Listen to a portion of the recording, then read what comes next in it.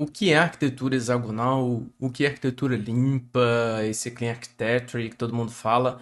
E o que normalmente é usado nos projetos? Bom, normalmente se é utilizado nos projetos uma arquitetura um pouco mais tradicional, que é você ter uma controller responsável de receber as requisições, você tem uma service, que normalmente a galera coloca a regra de negócio, e você tem uma outra camada que é a camada de repository, que serve para persistência de banco de dados e etc. E controla ali os domínios da aplicação, entidades e etc.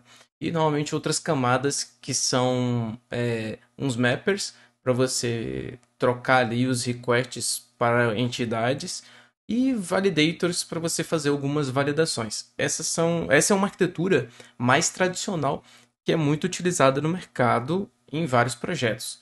Aí nós evoluímos um pouco para arquitetura hexagonal. E qual é a diferença ali entre arquitetura hexagonal e clean architecture? Bom, a gente primeiro tem que entender quem criou cada uma.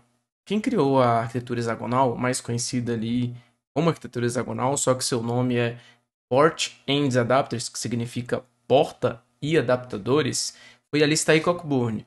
Isso mesmo, ele escreveu um artigo ali falando como que a gente deve separar as camadas e que o nosso core da nossa aplicação, as nossas regras de negócios principais ali, elas têm que ser independentes e não depender de mundo externo, ou seja, não depender de frameworks e etc. Tentando resumir isso melhor, é que, por exemplo, você pode ter uma controller que você acessa ali um use case da própria arquitetura hexagonal como uma porta de entrada. Você tem ali um adaptador para inserir dados ali no teu application core, para você receber dados. Pode ser de uma controller, pode ser de alguma coisa que esteja escutando uma fila, pode ser de um arquivo, não importa o que, mas você tem uma interface que é um contrato pré-estabelecido ali, pré-estabelecido para que você se comunique com uma camada mais interna, que é o core da aplicação. E esse core da aplicação, ele também se comunica com o mundo externo, enviando dados ou buscando dados ali de mundo externo, que pode ser um banco de dados, pode ser uma fila, pode ser um client REST. E com isso, esse use case acessa uma porta, que é um contrato, uma interface, e essa porta tem uma implementação que é um adaptador. Esse adaptador acessa o mundo externo e esse mundo externo faz ali o que tem que fazer e devolve para o use case, mas centralizando todas as regras de negócio nesse cara chamado use case. Basicamente, essa é a arquitetura hexagonal, como nós conhecemos ali, Portents Adapters, que foi Alistair Cockburn que criou.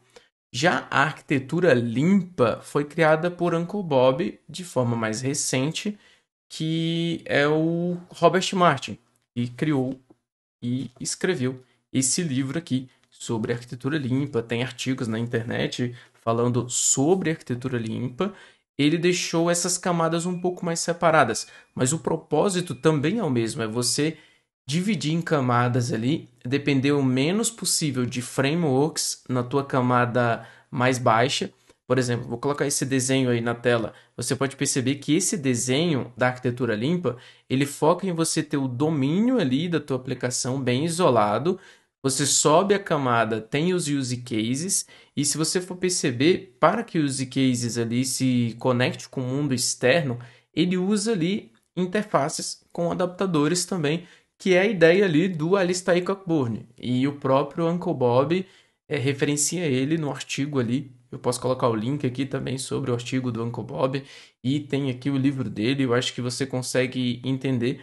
E então, não é que é arquitetura hexagonal versus arquitetura limpa. A arquitetura limpa, ela complementa ali tudo que tem ali da arquitetura hexagonal e você pode utilizar. Mas o propósito é o mesmo, que você separe em camadas para que o teu código fique mais testável, fique mais limpo, para que você consiga ali ter regras de negócios independente da aplicação de um framework, para que você consiga trocar uma lib ou trocar um framework sem sentir muitas dores do teu projeto ali. Então acho que Essas são as vantagens ali de você utilizar tanto a arquitetura limpa, a arquitetura hexagonal e etc.